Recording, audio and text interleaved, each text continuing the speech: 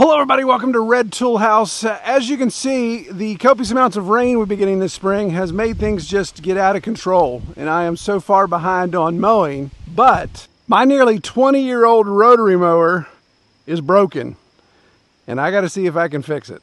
So come along and let's see what we can do with this old mower.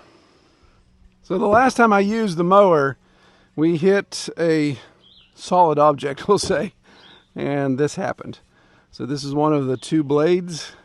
It broke clean off the mounting point and flung this across the meadow. And of course we began to have a shimmy like you wouldn't believe. So that obviously is the problem. That's what we got to fix. The first issue I ran into was I didn't even know what type of mower this was. We bought it off a local tractor company, and I don't even remember what brand it was. So I was challenged there at first. But fortunately, my lovely bride, she keeps all the owner's manuals of anything I purchase, which just blows my mind because I don't keep any of those things. So we were able to get the owner's manual, and this is a World Agritech Corporation mower, WAC, which now owns or is owned by, I don't remember the details of it, but it's basically an international. So I started there trying to find parts online. Some had them, some didn't, some weren't sure. So basically went through all the steps of measuring the key components: the blade length, the blade width, the offset, the rotation. This is a counterclockwise rotation. And once I got it figured out, holy moly, then I removed this heavy thing. This is the actual rotary part of the rotary mower. So one blade would go on this side and the other blade goes on this side. So the first thing we need to see is if the parts I ordered online even match up before we get too excited. And I had to go to two different online tractor sources, one in North Carolina and the other one in Indianapolis. The blades and the bolts. So I only broke one blade, but it would be a bad choice to only replace one blade, especially as old as they are and as many chunks are taken out of it. We want to be as balanced as possible. So if you're going to replace both blades, then it's advised that you replace both mounting bolts. These are specialty bolts that, again, help maintain the balance and position. All right, so number one, Italian blade. See how that lines up with number one, broken blade.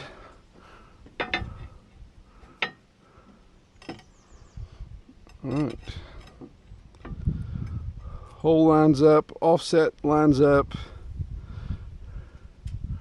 The cutting face of the blade is a little bit wider, but I bet you it's just because of almost 20 years of beating this thing. It's kind of smooth. So I think we're in good shape there. Let's check out our bolts.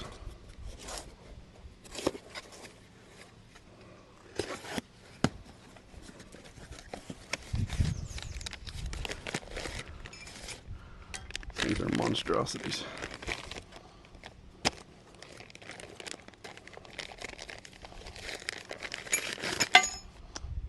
So you get this mounting bolt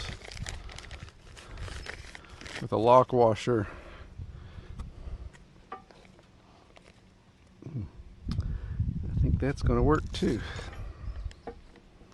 Let's see, we'll take it apart before we can really nail that down. But yes, I think we're in tall cotton with all that. All right. Now the next trick is to see if I could even get that off.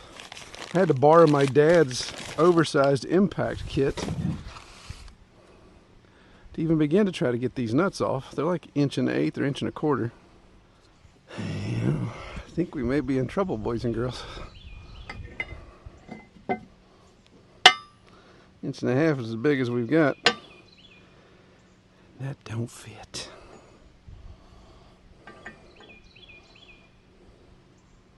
I believe that could be 1.75". Well, I wanted to take a quick break from sweating my brains out to thank our channel sponsor for this week. This week, we've had this company before, TopTes. They do some really good testers. You've seen, if you've been with the channel, you've seen us use the gas leak detector. I like using it up at camp. We deal a lot with propane bottles and things. It's nice to have that. It's been very, very helpful. Well, the last one they sent me, or this most recent one they sent me, is the CT300. This is a carbon monoxide detector. Obviously, the key application is anywhere you have combustion going on. But it'll be helpful for me here at the house with the crawl space. I'm under the crawl space a lot doing some things as we add additional wiring. I've done some additional plumbing, even additional gas line work. And that's where our furnace is. So in the wintertime, if I'm down there working and the furnace is on, then it'd be nice to have this. I mean, just think of this as a carbon monoxide tester that is portable. You can take it wherever you want. And it has a lot of nice features, display. It has an indicator that shows up to 5,000 parts per million. It has an audible alarm. You can even set custom alarm thresholds. So if you want it to go to a certain spot and then start screaming if it hits that, then you can preset those. Also has a low battery indicator. That way you're not going to rely on it and dead batteries make you dead. And along the same lines, if it's not used for 10 minutes, it'll shut off. So I'm going to do a test real quick. I'm going to do a test since I don't have the furnace running, since it's hotter than blazes. I'm going to start the truck up out here in the driveway, and we'll just show how it indicates.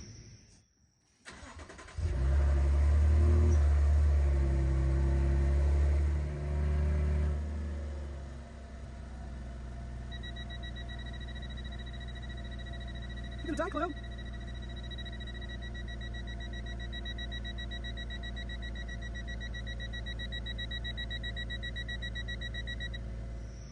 So I think this would be a great detector to have in your kit, especially if you do a lot of combustion type heating, that type of stuff.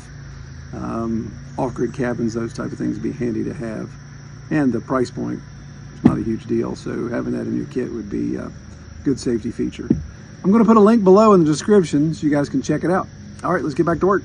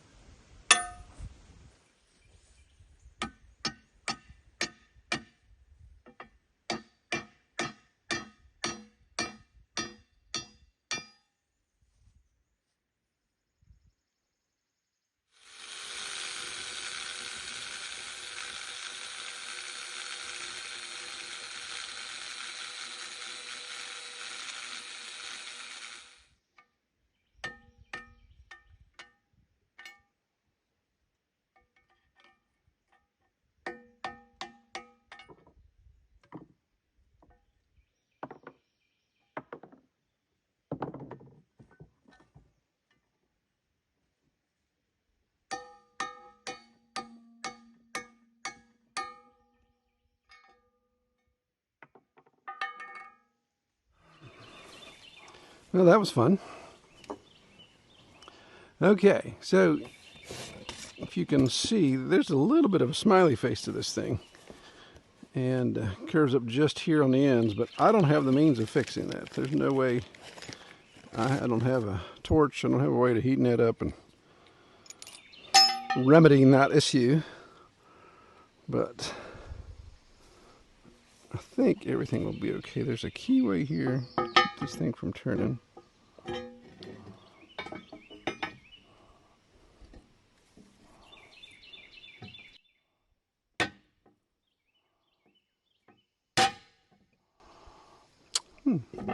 Consider it persuaded.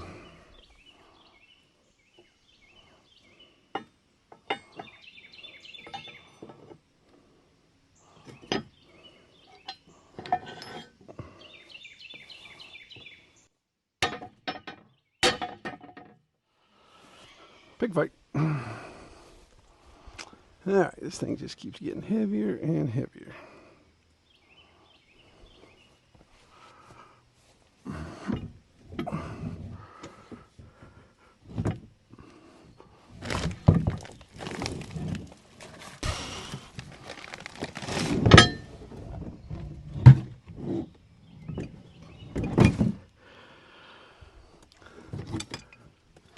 You guys are going to cringe. I know, I'm cringing too. One of these days we'll get the right tools around here.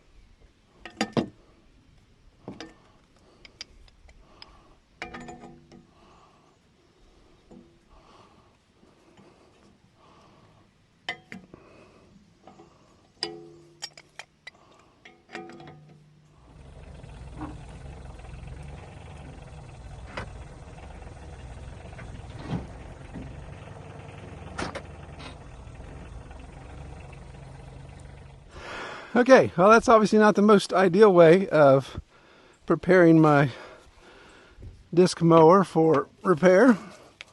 But if you noticed, I did not video how I actually got the rotary bit off of here because it was stupid.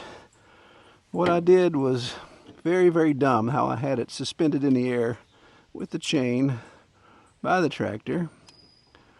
And you'd think after falling off of a ladder a couple weeks ago that I would have a little more respect for a threshold of pain and potential to get squished on this farm. So that's why I just flipped it over. Go put a little grease on here. Try to get everything all snugged up. I'm surprised that spline's in good a shape as it is, because I thought for sure that would be beat up. Alright, you'll have to excuse the grunting noises that are about to commence. I gotta make sure I put this thing on correctly. Face side, screw side down. Holy moly! Oh my goodness.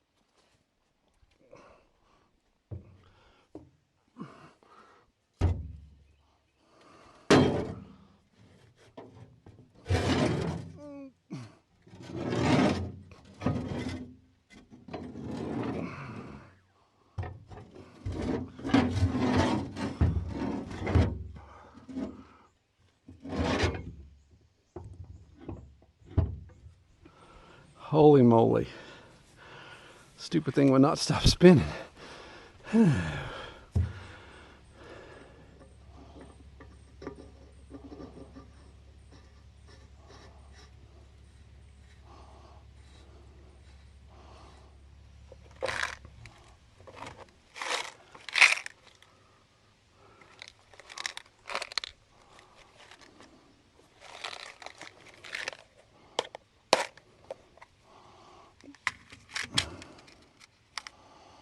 Welcome back, cotter pin. A bit bigger than that.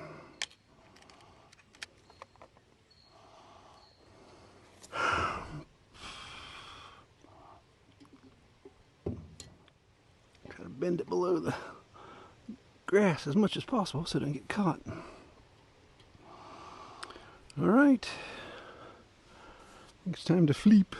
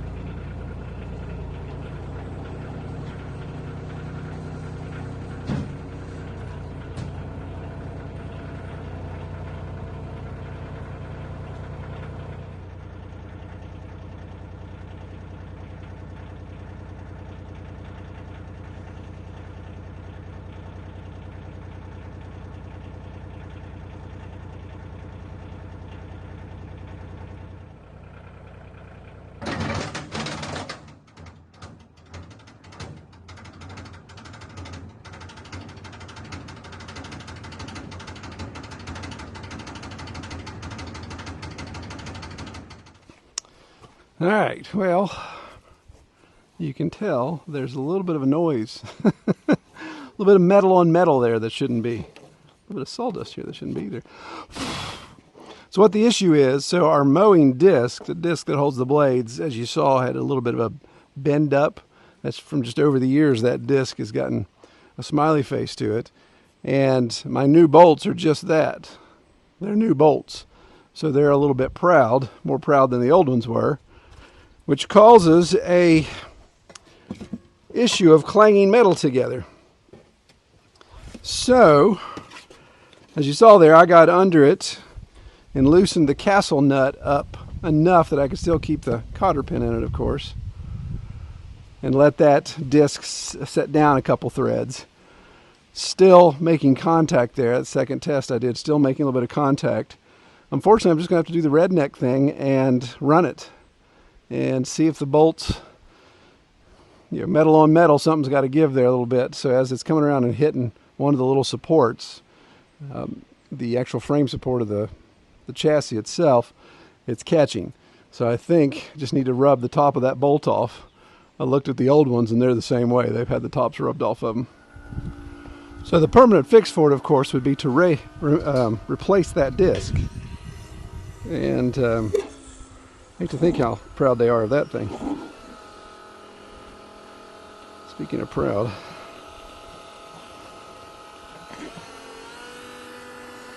drop diesel fuel all over me.